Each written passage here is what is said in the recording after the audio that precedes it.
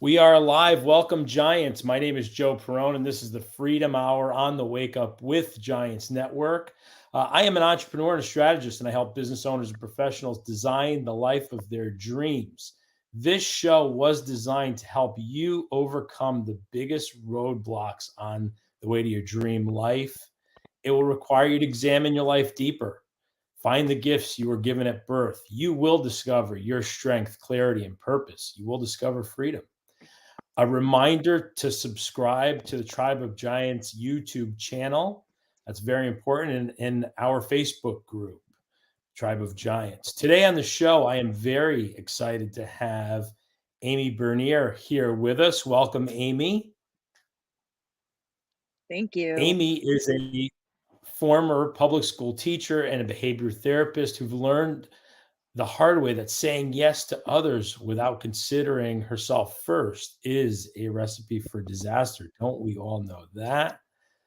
Her new lifestyle is one filled with saying yes to herself in little and big ways from the inside out.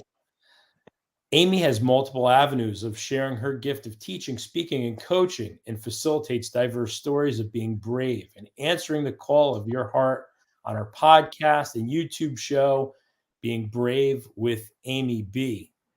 Part of the Freedom Hours, we're going to help our friends here get big wins. And one of Amy's big wins would be a way forward to living in her beach house and thriving in all aspects of her business. Getting there right now would be the biggest win. And that's why she's on with us today. And, removing those Yeah. blocks of money and resources coming in with ease. We like that. So, Amy, welcome to the show. Thank you so much for having me. I'm honored to be here. It's an honor. So we'll jump right into it. And we had a pre-show call yesterday and talking about those blocks to getting this path to living in that on the beach. You have this dream. Tell us more about that dream of living close to the water and doing what you love to do best in that specific location. Tell us more about that.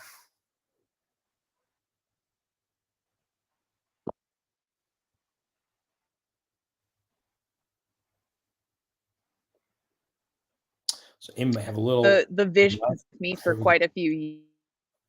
And it's really just living a life where ease and freedom are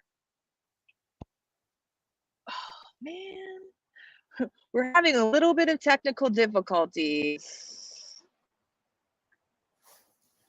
This must be a really strong message, Amy, because as Nicole Castillo, our chief tech officer, was telling us before the show, when these little Wi-Fi glitches go, it means we have a powerful message ahead of us. So Thank we'll you. wait.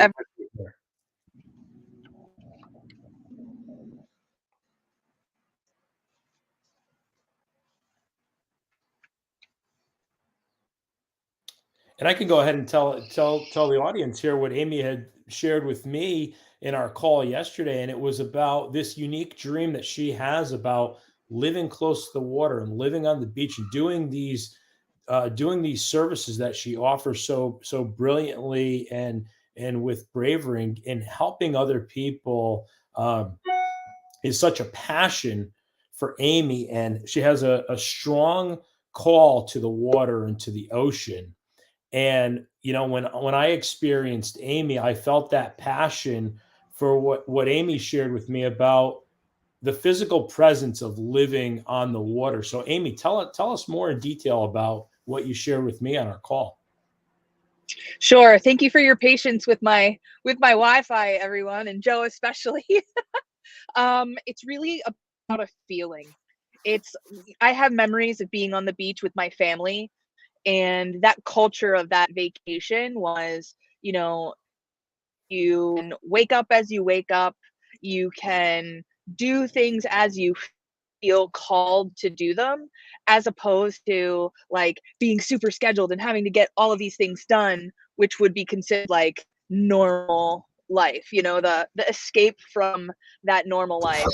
um what I found is that I'm at my best when I'm relaxed, when I'm having fun and I'm at ease. And to me, living by the ocean is like a physical, for me, it's a very visceral experience of sanctuary, of haven, of calm and ease, and a really deep, deep reminder of just being connected to all things. It helps me really ground into being here right now. And that it's kind of a metaphor in a way to how I want to be in the world. And it's that physical, visual being reminder around me that would helps me to embody that even further than I do now. So to me, it's Right about now, flow, it's about freedom and ease. and that's why we're here. This is the Freedom Hour, and without giving up your location, you are really close to the water. You are physically very close to being in this desired location that you want to be in, and you shared with me without giving away street names, and we'll keep the names and the identities of your neighbors. We'll keep them safe right now. But you shared with me this neighborhood that you came up on, and it really called you and brought you in. Can you share some more about that? Sure. I had been here. I'm in a Motel 6 right now, and I'm seeing it as like a divine cocoon or container where I get to like a holding space while all the divine magic that we create together works towards manifesting this home. And so about a week ago, I said, part of me was like, "Oh, I can't believe I'm here." And another part of me was like, "You're right where you want to be. You're 2 blocks from the beach. So, like, let's be on the beach. Like, let's live this life that you have visualized with what we have right now." And so I walked through this neighborhood and was totally open to nudges, intuition, signs, those kinds of things. And we first my was with my dog Roxy, and we first went to the beach, and it said, no dogs allowed, and we're kind of like, sad face. And then I thought, well, we'll just keep walking and see what happens. So I saw a butterfly, and I saw something else that I hadn't seen in quite a long time. That very much is like kind of a sign to pay attention. Oh, it was a dragonfly. That's what it was. No, it was a hummingbird. Hummingbird, that's it. And so right after seeing the hummingbird, I look up and there's a street name, and I'm like, I think I'm supposed to turn down, make a left and go down the street. And as I'm walking, I see to the left a purple painted garage, and on it in pink chalk it says, "Hey sugar, take a walk on the wild side." And I thought, "Holy crap. That's the message for me. Holy moly, this is amazing."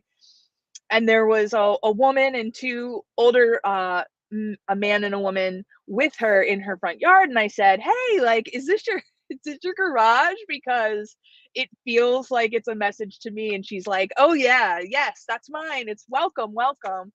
And I introduced, or she asked me, like, "Who are you? Who's your dog?" We introduced each other, and she's like, "Well, where are you?" And I said, "Well, I'm just a couple blocks away at the Motel 6, and I desire to be your neighbor sometime soon." And they're like, "Yay, we're your first neighbors." And they introduced themselves and had said they'd been here for quite a long time.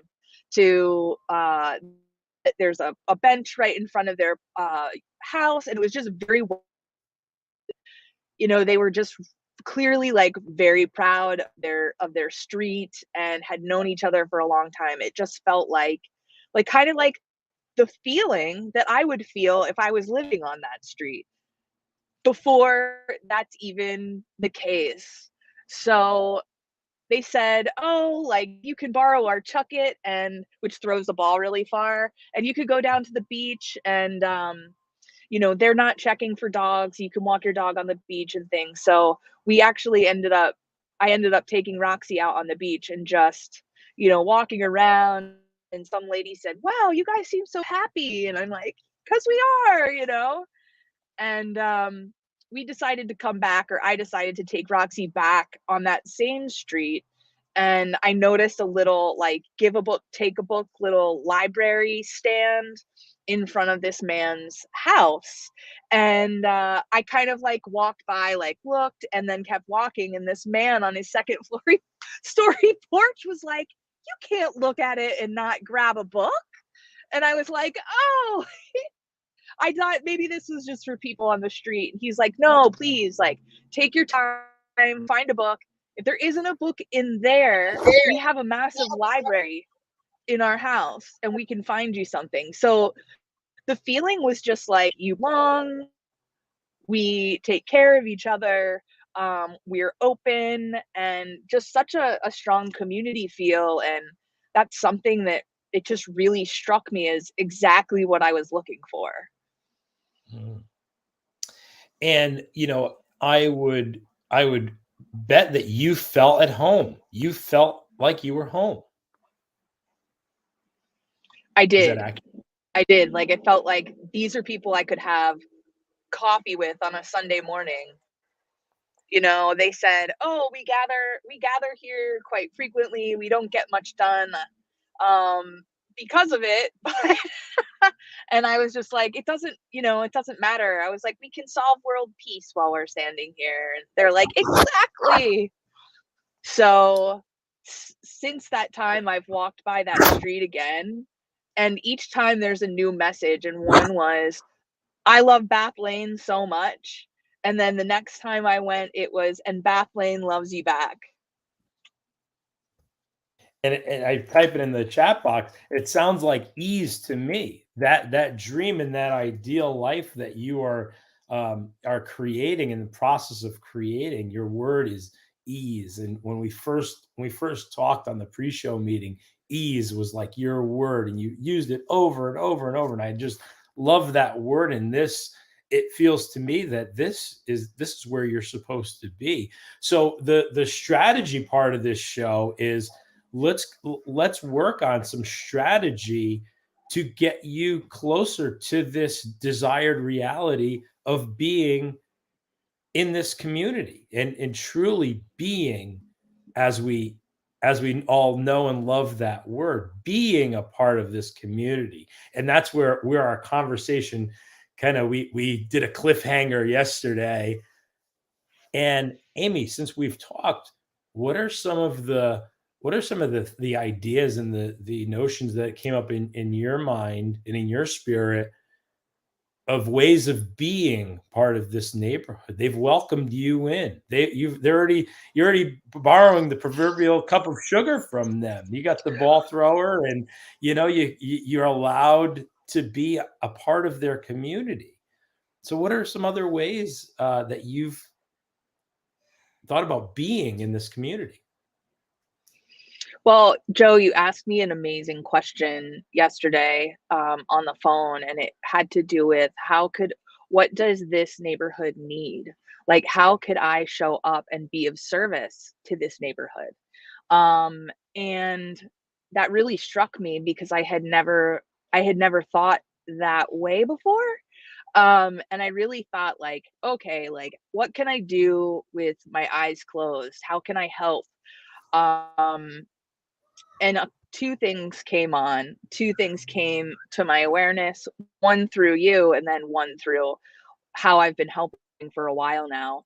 And the one that I came up with was really coaching and working with parents and kids to help them have better, more peaceful home lives. With the past couple of years and online school and things like that, all of our routines have kind of been thrown out the window, and we're kind of looking at a different way of being with each other, with within the family unit, with teachers and the community. And I have a unique way of working with kids and their parents that can really help them communicate a place of calm, as opposed to a place of reaction and upset. So that's number one. Um, Academics academic stuff I can help kids with as well. I'm really great at creating community. So that feels relevant. And as you pointed out, I bet they all have a brave story that they would love to tell potentially on my podcast. The way that I really view bravery is that we're all brave. It's part of our DNA. It's part of how we show up, and everyone has a brave story. And that when we share those stories, we expand ourselves, and we expand the community in which we are connected as well. So that too. And, Those are the as we 2 that mentioned on came the up. call and as we mentioned on the call yesterday, we can both agree that folks that live on the water, folks that live close to the water, there's a uniqueness about that. Not everybody gets that opportunity. Not everybody has that dream of living close to the water or near the water. Most people never experience that, right? And as we went back and forth and played tennis with that question, um, I really feel strongly that you can extract those conversations about what who did they have to become to be a person that lives that dream life by the water. And those interviews that you will extract from them will be so telling on the way of being that would allow someone to get that experience that you desire. So I just applaud you for realizing that and seeing it.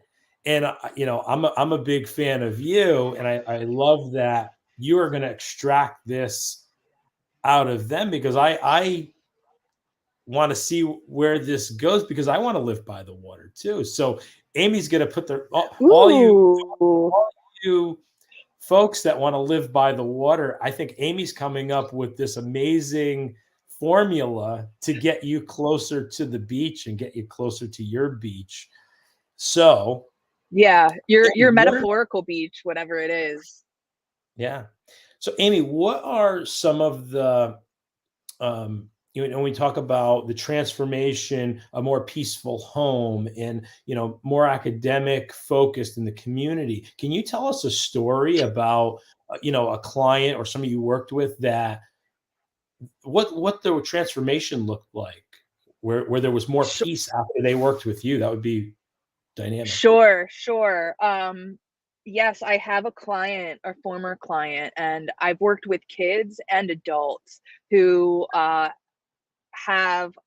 don't like to use labels, so I'll say highly sensitive and have big reactions to small things. And, when I really think about it, the last 2 years of working with a couple of clients that I've been intimately, deeply working with and their families, what I found is, hey guys, we all have big reactions to small things.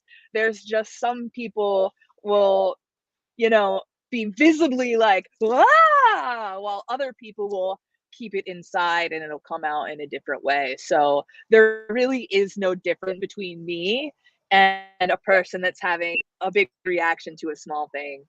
Um, what I have what I have learned and how I have helped is, being a safe person, um, that doesn't define the other individual by their what many would call inappropriate or um, inappropriate behavior. So what's happening is these kids and adults are, acting like they're being attacked or, something majorly scary is happening for them when they get a problem wrong in their math or they went to draw something and that wasn't the right line. And at first, with some of my clients, there was physical aggression and verbal upset that came comes out in lots of different ways where if people saw me, which many did, they'd be like, whoa, like what's going on there? Are you harming that child as I'm standing there calmly and the child is freaking out, as I'm sure a lot of parents have experienced, and gone, "Oh no, like what are people possibly thinking about me?" What I've taught the kid as well as the parent is that there's information in that behavior, that there's a message or a need that isn't being met, and that person, adult or child, doesn't have the tools yet to say, I want a drink of water, or I want to draw, or I really want to play a video game, or I really want to read a book.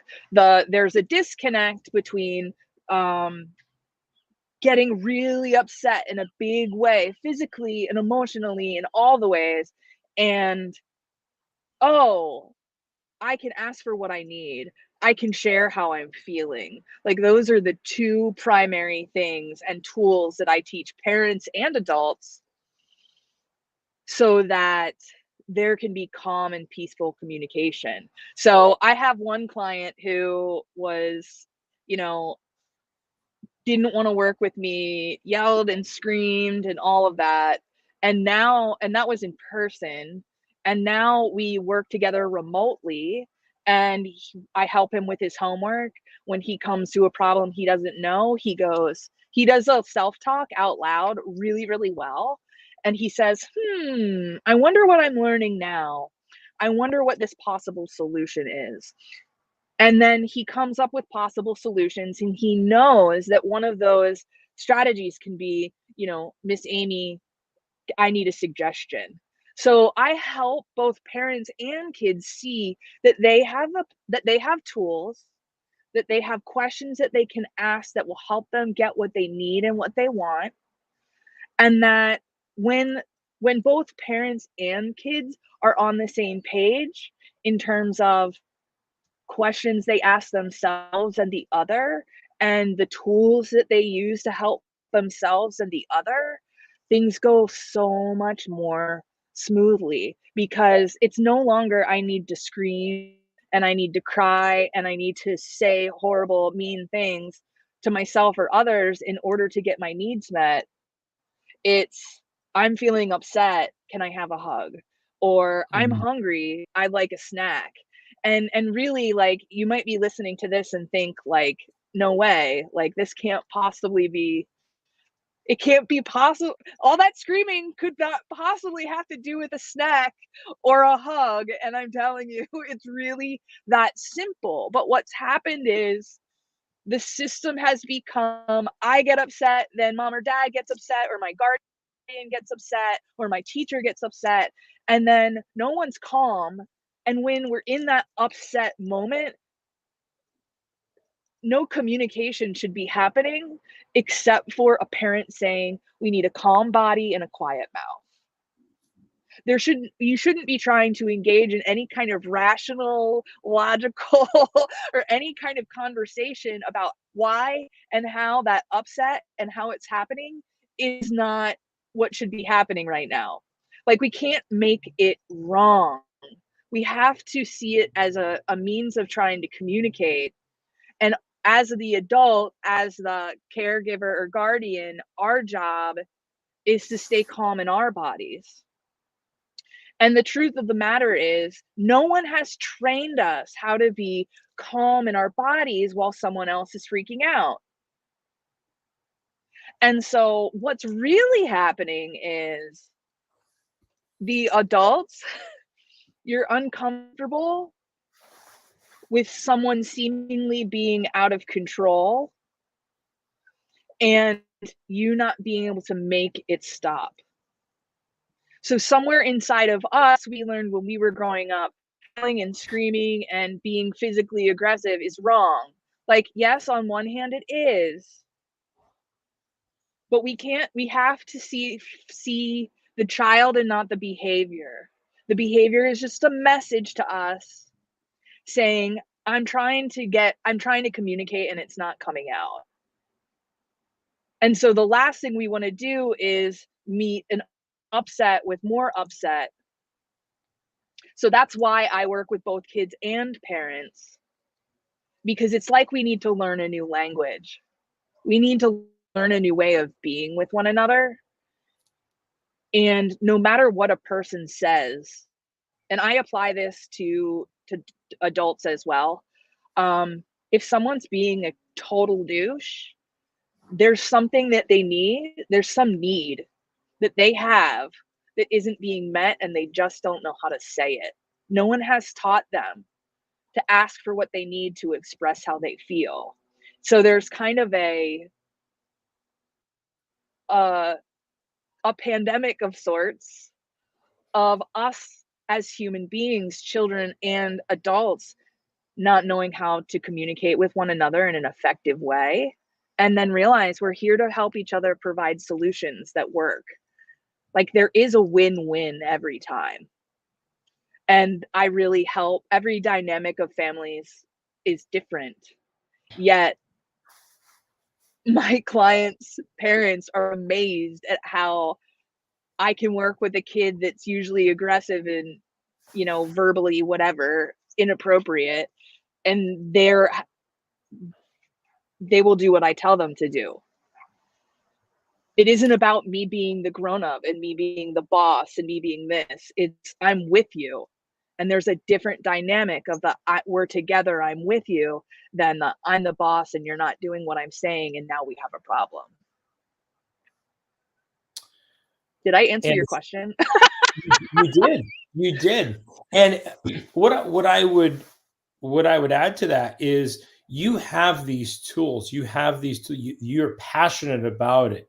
Everyone that's listening can hear that you're completely passionate about children and families and helping children communicate and helping parents communicate with their children. And that all, that's the next generation. That it makes us all a better society when we're bringing up children that have these tools to communicate and to function in this world. We're in uncertain times and it's getting more uncertain. And the more certainty we're able to have and be able to communicate and share, these tools that you're describing are such an asset. So I'm gonna pivot. I'm gonna do a hard pivot on you. Do you think Got there's it. peo- do you think that there's people in your dream neighborhood that need these tools? Um, I'm gonna be slightly confident or extremely confident and say that everyone needs these tools. Like, you need these tools even if you don't have kids that are small. If you have adult kids, if you're in a relationship, like, we need these tools because I think especially in these quote unquote uncertain times, we need each other. We need each other. And it's not me sitting in a hotel room, you know, finding out like all of this stuff. It's me showing up saying like, this is where I'm at, this is what I need. Um, let's collaborate. We're going more towards we are meant to be interdependent in community and connection. And one of the reasons I created my podcast was because at the rate of connection through technology that we have, the feeling of disconnection is is huge. So the more connected we are through technology, the more depressed, the more anxious, the more separate we feel. I think that these tools are actually tools of connection, of calm and peace. And yes, my long answer to your simple question is absolutely, people in this neighborhood could use these tools. So our first commitment will be, Amy, will you commit to letting your new found community that's embracing you and welcoming you and sharing their ball throwers and sharing their property and sharing that prized property that they have with you, that know, like, and trust you, you're building this trust with them already. Will you commit to sharing with them what you're passionate about and who you help best and what you are so passionate about doing? Yes, absolutely. And will you make the brave ask of them to share your information with their closest friends, with their colleagues, with the people that they come in contact to, and give them clear action steps on how that's possible and how to bring Amy in, this person that they so know, like, and trust already, and you built instant connection and credibility with them. These Yes, people I that am. are that guard their property so preciously and have signs and you know they trust you. Yeah. Yes, Acknowledge I'm that willing. trust and acknowledge that you've gained their trust already, and how powerful and brave that is. Yes, I'm willing to commit to asking, to sharing what I have to offer, as well as asking them to share it with the people closest to them as well, and how they can do that. And I believe that as you build that network in your waterfront community, that, again, I'll keep saying it, has embraced you, acknowledging that they are embracing you and acknowledging that you have these wonderful tools to help everyone, as you said, communicate better, have the tools for that interdependence, that connectivity that we all need right now. It's so important. We need it for all time, but it's so important right now. It's so valuable to have. And so let's go back. Let's go way back to the story of when you were younger and you said that the water called you. It's kind of like a Moana story. Yeah, The ocean and was I'm from calling you. Baltimore.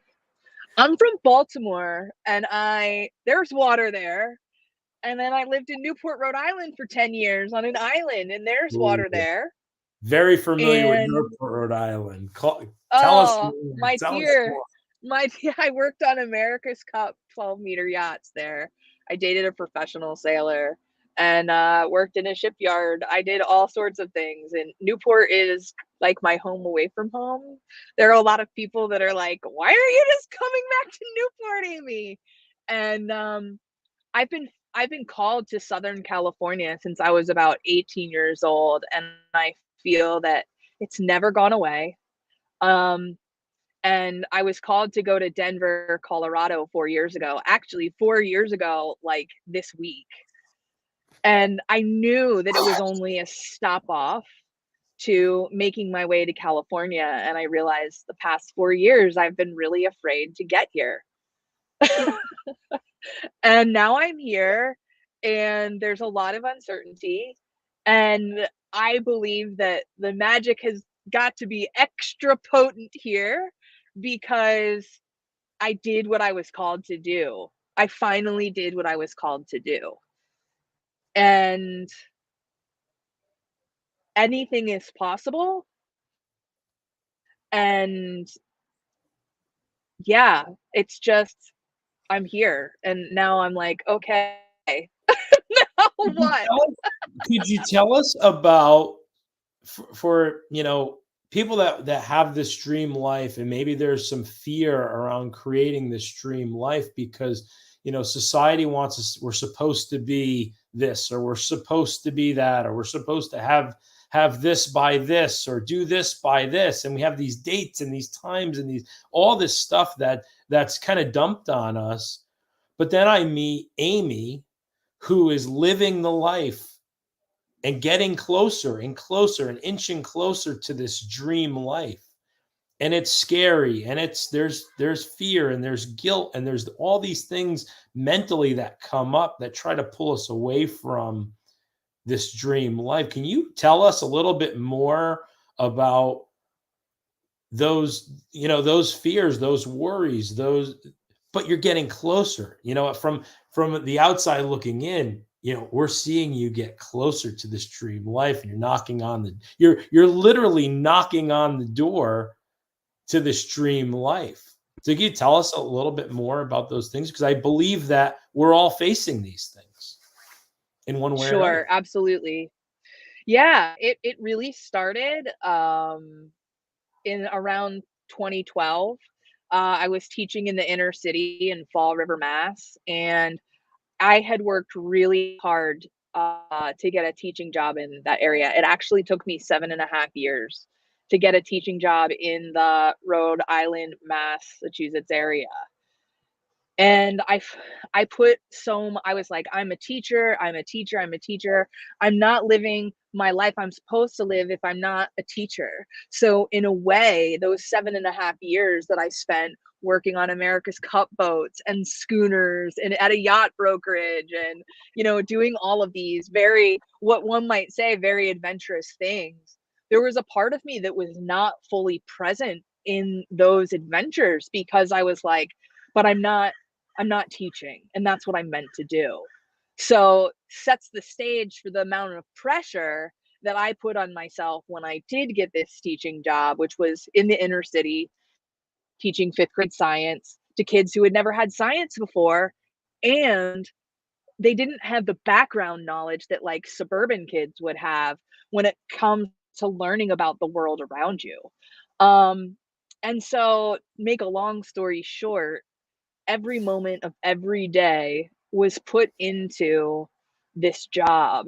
And yet my bosses, would co- knowing the situation that I was put in, you know, teaching science to kids whose language is Spanish or Portuguese as their first language, not English. On top of that, they would come in almost every day into my classroom and tell me how bad of a job I was doing, how I was missing the mark and all of this stuff. And it was a race to the top school where the numbers, it's, you know, all that mattered was test scores.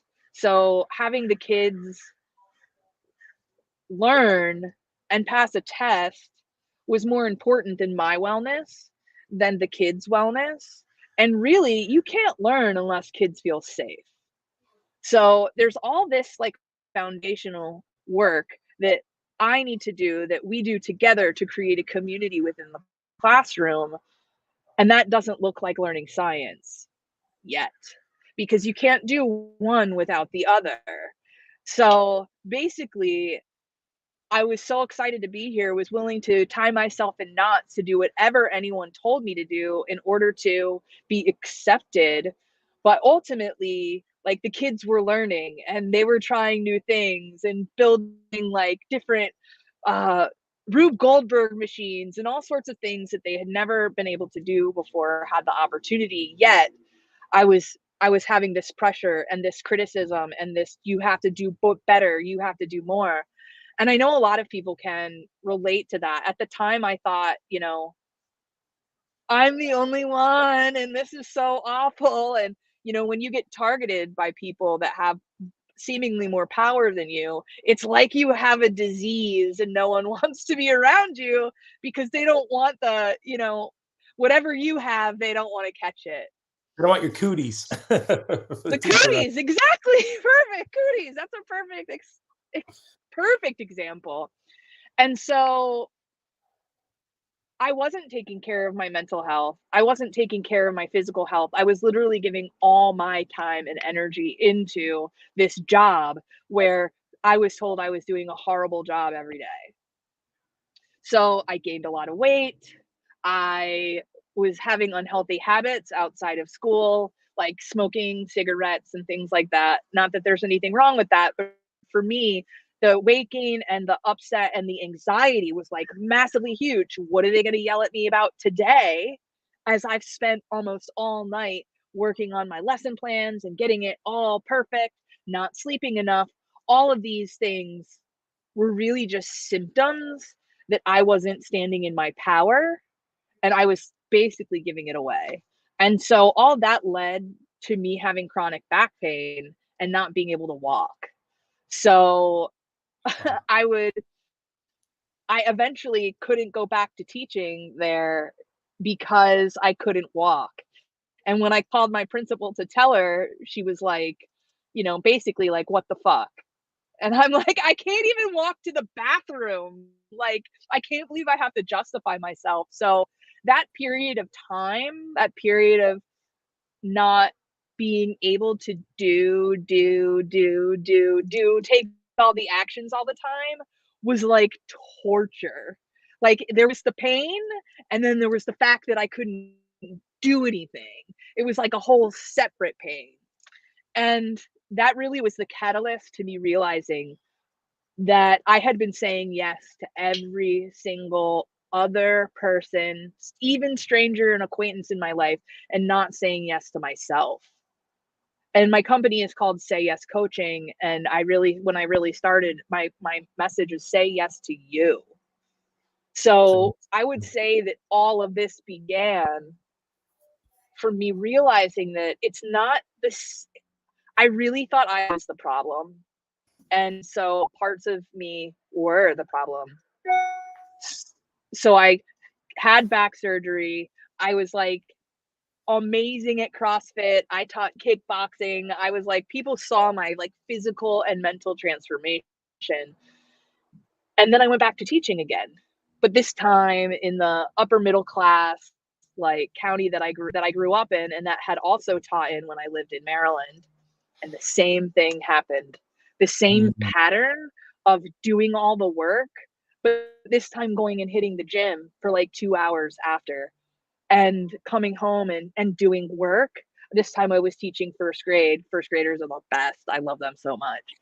Um, but I got to be halfway through the year and my principal came in and was like, you need to be doing better. Like you've been teaching for a long time. Why aren't you doing better? And I'm like, yo, I haven't taught first grade before ever. And this is totally different than teaching middle school, than teaching upper elementary school.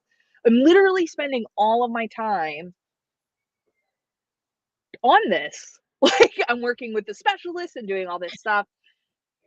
And then there was spring break. And I went to the gym because it was like my peaceful, happy place. What I didn't really realize until later was that I was avoiding my emotions by working out so hard that like there was that euphoric exhaustion that you feel. So I didn't have to feel all the upset I was feeling at my job and in my life at that point. And I remember the owner of the gym, who was a good friend at the time, said, "Oh, are you looking forward to going back to teaching on Monday?" And I was like, "No, no." And then all of the emotions that I had been suppressing, I just fell on the floor in a tears, like, "I can't go back, I can't go back. I can't go back." Like, I, like, lost it. And I realized, like, I had been forcing myself to go to a place where I wasn't valued, where I was only being criticized. I love working with the kids. Give me kids all day long, like, fun. The adults in the system of, like, trying to measure the kids and all of that, it's doesn't make sense. It's not natural to me, and it's just not the way, and I just couldn't do it anymore.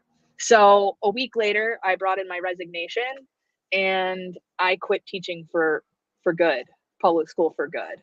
And that was about 5.5 years ago. And again, the theme was like, does this feel good? Does this feel fun? Like, is this my passion? And the answer was yes for this much of it and no for all the other bullshit. And so So, what I was I'll really I'm learning to do. interrupt you for a minute because I that Please. that there's a lot of gold right there, and everything you've said up to this point is just so valuable. And I just want to spotlight, exactly what you said. You were passionate about the teaching part, but you were having these physical responses, both at both places. One was high, one was low. You were going bouncing back and forth, and could as these things, just you're saying no, like, no, this is not right for me, and no, this is not aligning with my purpose. And as you got clearer, because I can imagine that, boy, you really got really clear and focused, and in your physical direction and in your mental direction. Tell us about where the clarity. We have about 15 minutes left, and I want to wrap up really strong here. So clarity. tell us about the clarity. What is Amy's clarity right now? Oh, if it feels bad, it's not for you. You shouldn't be going someplace every day after and after and after because somebody told you when you were 10 that you needed to work at a 9 to 5. Like, we're all put that model is defunct, and you will know that it's defunct partially because, like, in this last 2 years especially, people freaked out because they're like, "Well, now my job doesn't look like how my job has always looked like," AKA, when things look the same, then I'm safe. Incorrect, even though that's what our, reptile brain will say, "Don't change because it will kill you."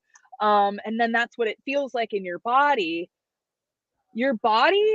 and your upset and your anxiety and your depression, just like the kids that are having like the freak out, you're not having a big reaction to a small thing. When your body and your mind and your everything in you is like, I can't go to work.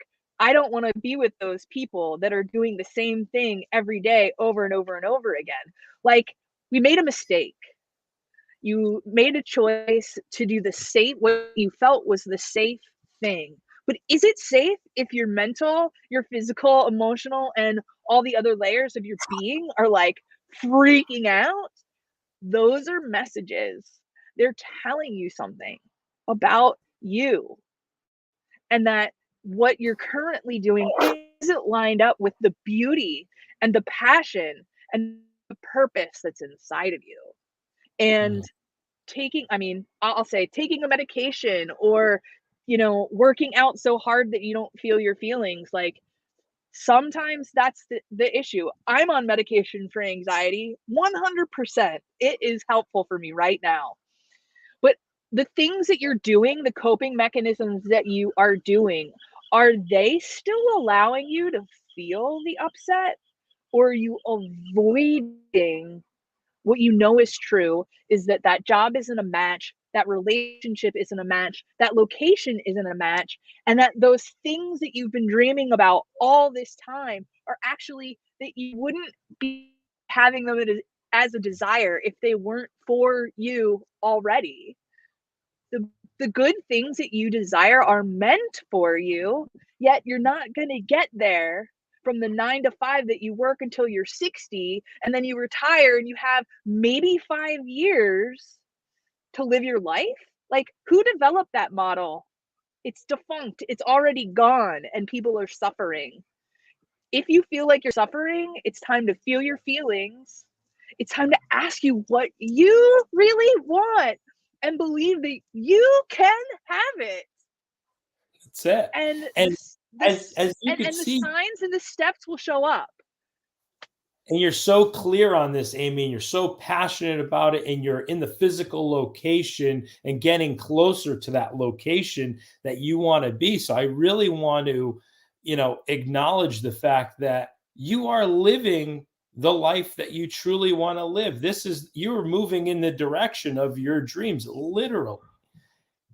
And you know we've talked, and you've been able to eliminate those feelings that you had when you were at your lowest points, to say, this is in alignment with what I value. And most people never do that, Amy. So I want to, the goal of this show is to, let's get a couple strategies here now. So as you are knocking on the door to this dream life. I want to go back to your yacht brokerage and your America's Cup time. Are there any of those people in your network out on the West Coast at this point? No, but that's a good question. I can reach out. I can reach out to people. So will you commit? Because I would love to have you back on and follow up and see where, the next part of this story, because people are listening and they're watching and they're saying, well, yeah, Amy, but yeah, Joe, but we both know that when you're, you know, living life on purpose, things just work out and things happen. And when you're taking action and when you're moving and you're taking that step and that daily action, that brave and bold step that you know is the next right step for you, these serendipitous things happen for us. They're brought in. Our meeting is not by accident. You being in the Motel 6 is not by accident. You walking into that neighborhood is not by accident. It is on purpose, on your purpose. So the actual the hard things that we can do are going to be that community. Like the actual actions we could take is that community, building that beach community, building that community. I'm sure if you reach out to your yacht brokerage people and reconnect with that network, that was a passion of yours. You felt at home in that environment. You know, where will that environment serve you now on the West Coast? Where will that environment and that knowledge that you've retained from that industry serve you on the West Coast and get you closer to that dream life? You know, I would imagine there's people on yachts that have children and that need special, education and communication and Yes, I actually met a guy on the beach the other day, and he said, um, yeah, he said that the marina. I was like, "Where are all the boat people?" He's like, "You're in the beach people neighborhood. The boat people neighborhood is down a couple blocks." And I was like, "Okay, so it looks like my next step could be to go to the boat neighborhood and talk to them too." Um, and yes, I'm committed to reaching out to my yacht brokerage and my yachty friends and see who they know and how they can help as well. And would you commit to telling them about what you're doing now? They know Amy and they love Amy, and you have these people in your cell phone and your email list and your contact list to reach out to. Would you commit to sharing and doing a one-on-one with them and saying, "Hey, what are you up to now? Here's what I'm doing now." Because I think that would be a very valuable step for you and strategy for you to get closer to this dream life that you are destined for. Absolutely. And the really cool thing about as up and down and all around as my seemingly adventure has been, which we're gonna all look back together and go, oh, oh, oh, oh, oh, this is why all of this happened. Is that I really believe that people want to help me on my journey and that people want to see me win. So I believe that sharing my story publicly in this way is is building a community of people that they want to help see me win. They want to be a part of the journey. But not only that, it's because that they too can do this as well. Like I'm just showing you what's possible for you too, Mhm. ultimately. And what I would ask for the network here is support Amy. Reach out to Amy. You've heard a lot of things that she does and she's passionate about. If that resonated with you, if that's something that you said, I'm going to raise my hand and say, this is something that I can support Amy on this journey. Giving to another person that we know we can help and that we know, like, and we trust, know, like Amy, that's such an act of giving that I know, Amy, if someone reaches out to you with that help or with that person that lives on the beach in that area, you're going to connect with, you're going to receive that.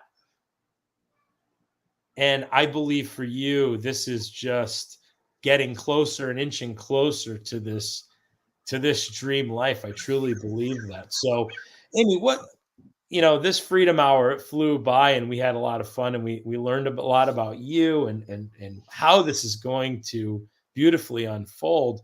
What were some of the biggest takeaways from our conversations? I would say that my network is bigger than I realize.